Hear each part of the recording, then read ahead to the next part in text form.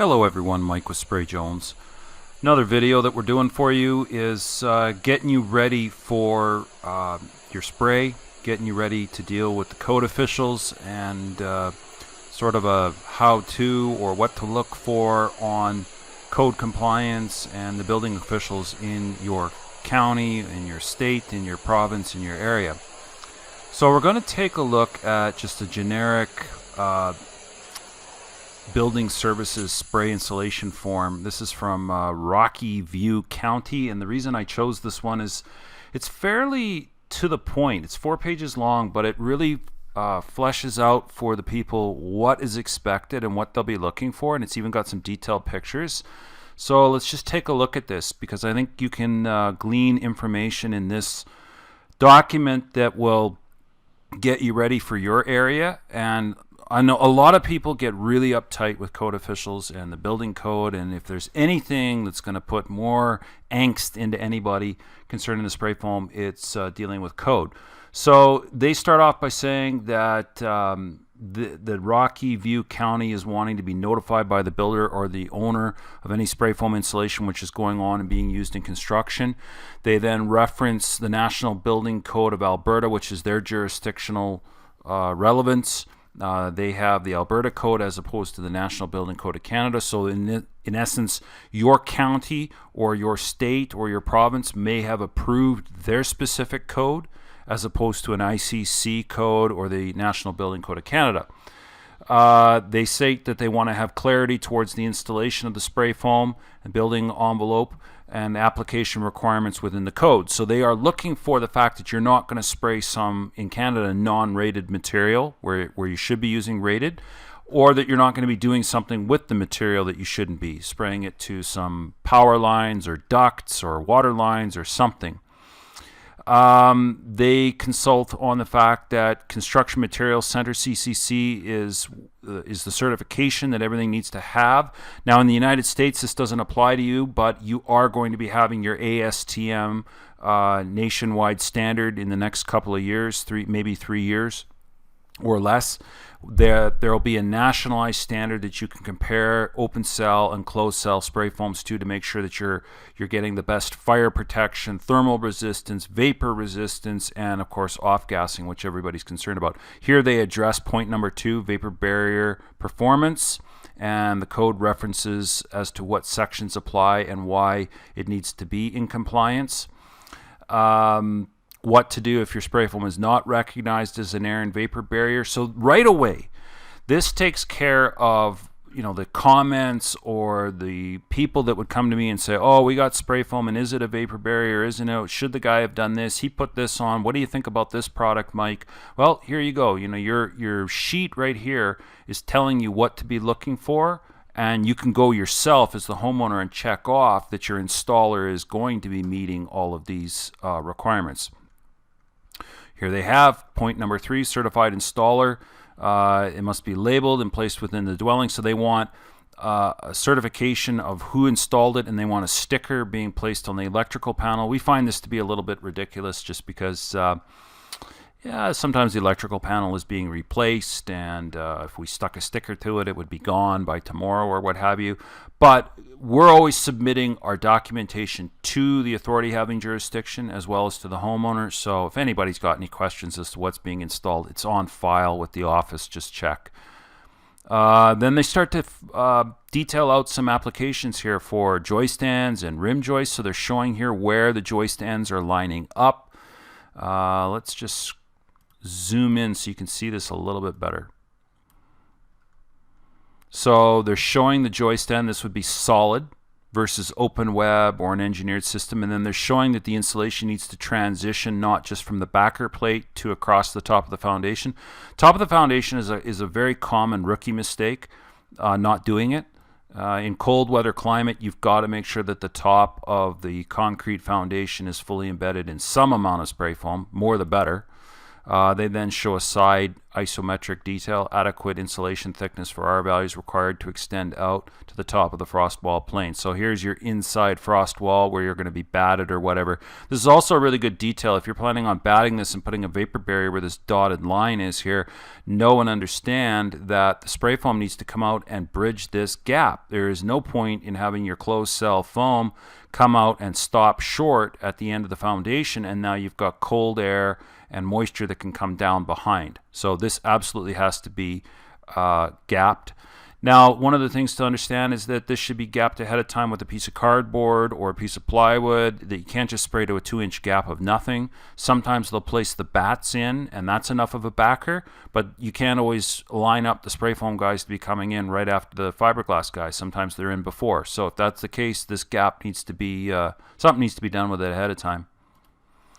They're showing application of open cell foam inside a wall cavity, and that it's been shaved flush. And then I like this, they're showing closed cell foam in the rim joist area and in the walls, and then they're showing the gypsum board, so that's really good. On to page 3, acting as a vapor barrier, that they're stating here that the product has been tested and approved as a vapor barrier. It can be installed in the wall, floor assembly, or roof assembly without the requirement for an additional vapor barrier. So that answers the question of the video I did a while ago of, is spray foam a vapor barrier, yes or no? 2-inch of foam is required for the spray foam to act as a vapor barrier. Now, the reason that they make this statement, I don't entirely agree with it. We've seen that in the video that I've done. Is spray foam a vapor barrier? That it's much, much less than that on concrete. Is that in the absolute worst case scenario, 2 inches on any substrate, whether good, porous, or closed, is going to work just fine.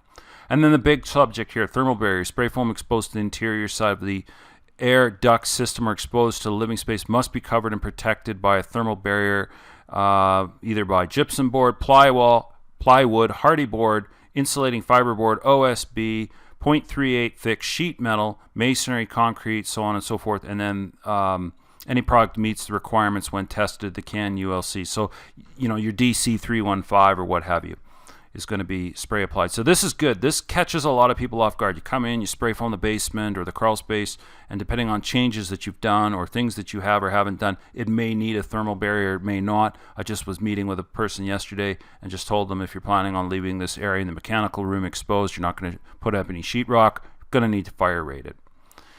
Within a roof space, ventilation, this is the whole roof venting thing. They're talking here that ventilation in the space does need to be provided it can be shown to be unnecessary. Where no roof ventilation is provided within the roof space, including decks and balconies acting as roofs, a building envelope professional engineer review is required. Now, I've been saying this from day one.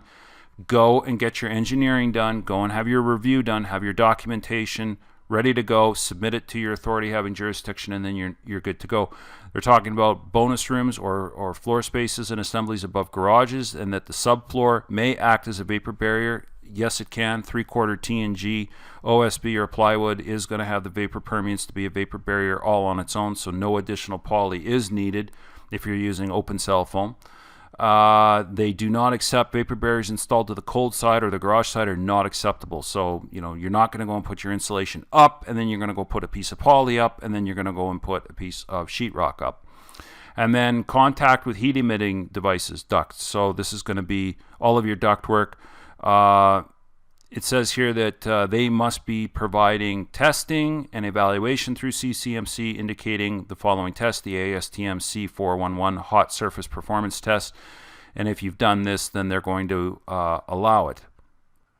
And then finally, under slab, they're talking about that it is acceptable to go under slab to meet air barrier requirements for radon and for insulation and poly. Again, provided that you've had the certification and the testing and review done. So they go on and on and on to check off all the possible areas, ICF walls within a wall ceiling or cavity. If it's acting as a return air plenum, the spray foam must be protected with a thermal barrier. That would be if you're having a large cavity where you're circulating air inside the cavity, using air inside that cavity, or spray foam inside that cavity to insulate it, and you're doing return air inside of there, so feeding air in and feeding air back out where the whole entire cavity is a plenum, then the spray foam within the cavity needs to be fire rated. And we're seeing a lot more they're calling us out on that a lot more. In the past they didn't. Now they're checking up on it, making sure. And then addressing open cell half-pound foam, where the spray foam 2-pound foam is being installed to act as a vapor barrier. Then closed cell foam cannot be installed over top of the open cell foam or spray foam. So no putting down a layer of half-pound foam and then putting a layer of closed cell over top of it. Yeah, exactly. So here they say they have confirmed due to the flexible nature of open cell foam, it is impossible to measure and confirm the appropriate thickness of the closed cell 2-pound foam to achieve the vapor barrier that has been applied. So again, we don't know where you're poking it and where you're getting it. So unless we've got hard results that we can confirm it, we're not going to allow it to be compliant. So if you have a form like this, or even if you don't, watch this video and you can scroll through and see, and I'm going to provide a link in the description to this actual form. It's found on the internet, pretty easy to download the PDF and see for yourself. And if your county doesn't ask these questions, maybe they should be. I think one day they're going to be. And I think that all problems start when the people don't understand what the rules are. They don't understand how to be in compliance. They don't understand why compliance would even exist in the first place. And then they're finding out about, well, the guy should have done this and I should have had that and he shouldn't have used this, but he should have done that. So educate yourself. If you're general contracting your home build or your renovation or whatever, you need to be the code official for yourself. You really do. So you need to get your spray foam IQ up. You need to get your building IQ up. You need to have these kinds of forms filled out. They're there to protect you and they're there to educate you. It's forced education, and so it doesn't need to be viewed as this horrible algebra math test in French that everybody wants to avoid, right? It's a good thing, and it will help you stay out of that I wish I hadn't have done this group, right? So I know this is a little bit more of a boring video, but to somebody that's getting ready to have foam sprayed, this is going to be solid gold information on what to check for. So check out the description. You can download and look at the form, and like and subscribe. Share this with somebody who's interested, and we'll catch you on the next available video. Thank you.